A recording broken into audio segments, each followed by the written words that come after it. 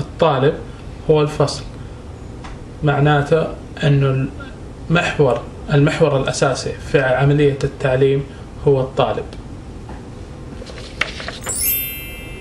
لسوء الحظ لغالبية الناس التدريس هو إعطاء المعلومات. ما الذي ستقوله للطالب؟ ما هي خبراتك؟ لكن التدريس في الحقيقة هو إخراج ما هو موجود داخل الناس. هيا نبتدع أناسا قادرين على فعل أشياء جديدة، ليس فقط إعادة ما فعله السابقون.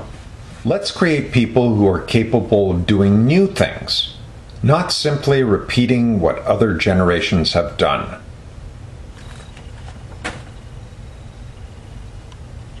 الاختبار.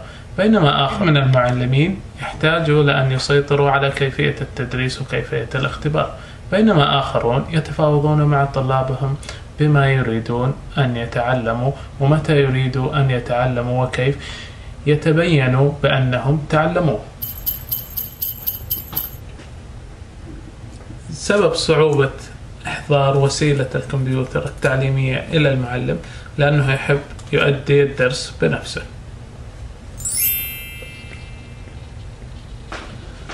ينبغي أن يكون التعليم للمتعة، كما ينبغي أن يستمتع الطلاب بفهمهم، مو بحصص مملة.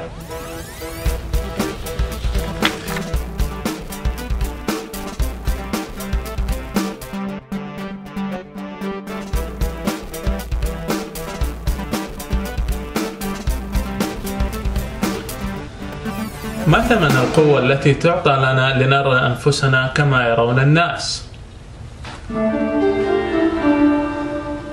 المدارس المبدعة توفر فصول صغيرة وتدريس فردي ومنهج مرن بحيث يلائم الطفل، والمعلم يكون مع نفس مجموعة الأطفال حتى الصف الثامن، لأن المعلم يحتاج أن يكبر ويتعلم مع الأطفال.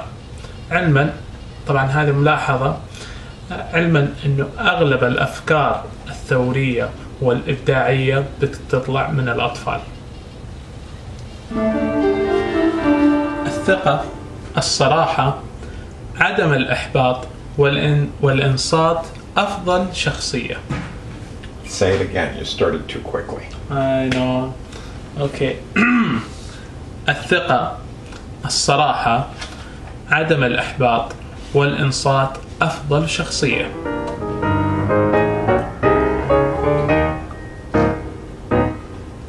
التعليم ليس بتعبئة إناء، ولكن هو إشعال النار، والمقصود من إشعال النار هو إشعال الحماس داخل الطلاب والمعلم.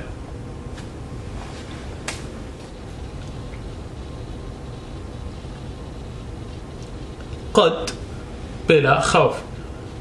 هنا المقصود من قد اللي هو القيادة، أو انطلق وأبدع بلا خوف.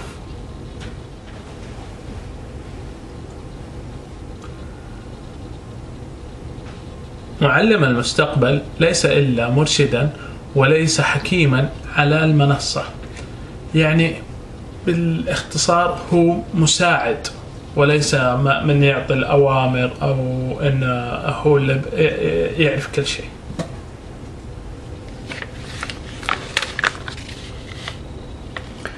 The teacher of the future is a guide on the side, not a sage on the stage. Okay.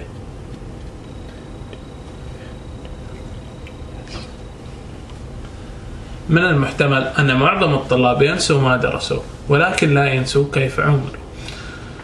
طبعا هنا مثال بسيط، أي طالب، أي شخص لا يمكن ينسى المعلم اللي كان معاه طيب وكان أخلاقه حلوة. ممكن يكون في ارتباط تربوي بين المادة وبين المواقف التعليمية، إنه المدرس بيعطي أمثلة جيدة عن المادة. That's all.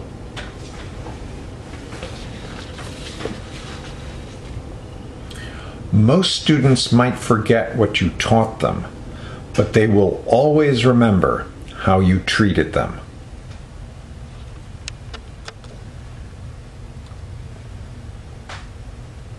إذا امتلك الأفراد عقليات مختلفة مع قوات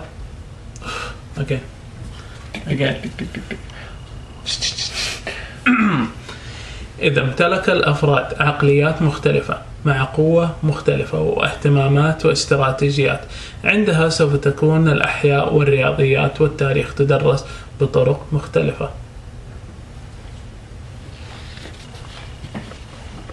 If individuals have different kinds of minds with varied strengths, interests, and strategies, then could biology, math, and history be taught and assessed in a variety of ways?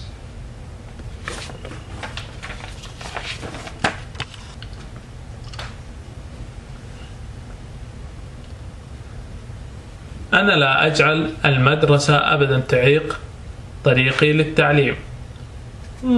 معروف اللي هو أطلب العلم من المهد إلى اللحد.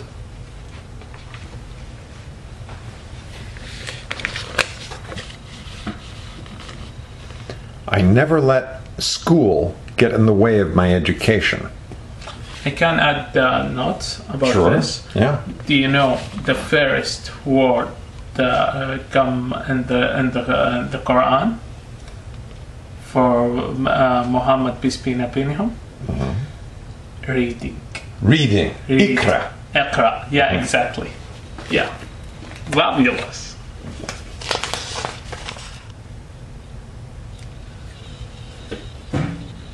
عندما نريد أن نعرف شغف الأطفال نجد بأنه ليس المدرسة، ولكن عندما يعرف الطفل شغفه نبدأ بتدريسه ذلك الشغف.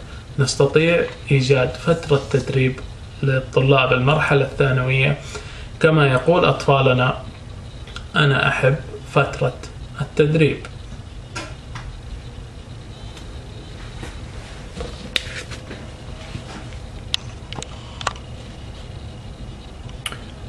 Until we find the child's passion, it's just school. When the child finds his passion, we teach to that passion. We can find internships for high school students, and kids say, I love this internship.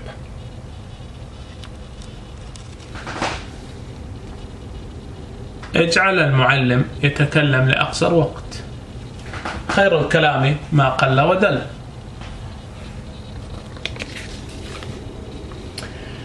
Keep teacher talking time to a minimum.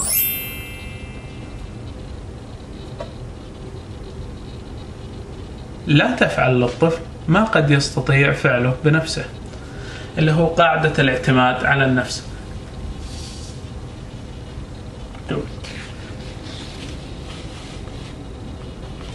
Never do for a child what a child can do for himself.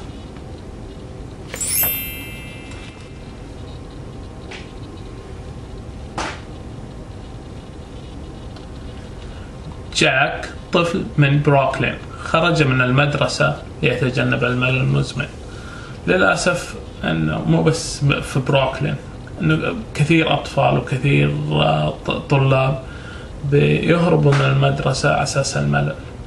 نتمنى أن يكون في المستقبل المدرسة مكان لتجنب الملل. You guys are working long, hard hours. Jack is a boy from Brooklyn who dropped out of school to avoid terminal boredom.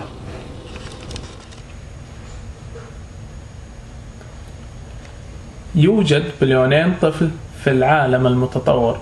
بدلا من سؤال معلميهم بإعادة اختراع العجلة، لما لا تشارك طرق التدريس التي تنفع ل 95 بليون معلم؟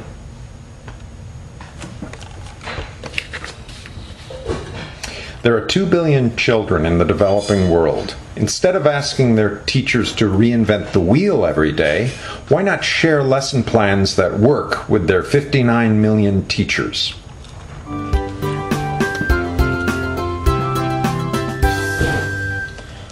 المدارس تعلم الأطفال الطاعة، لكن نحن نحتاج إلى إجابات مبدعة لمواجهة الصعوبات التي نعيشها في الوقت الحاضر.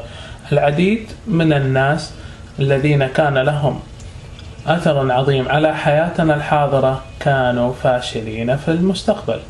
وأعتقد أكبر مثال اللي هو العالم الفيزيائي الرياضي أينشتاين.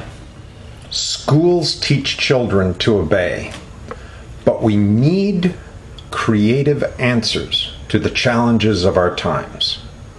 Many of the people who've had the greatest influence on our times were failures in school.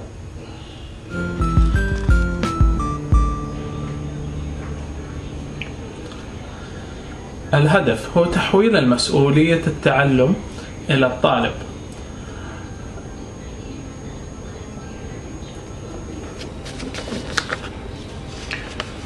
The goal is to gradually transfer responsibility for learning to the student. أعتقد أنها فكرة جديدة أن الطالب يكون هو المسؤول عن تعلمه، مو أنه يكون الاعتماد على المعلم، أو تبديل المسؤوليات، وهذا مرونة أعلى في عملية التعليم.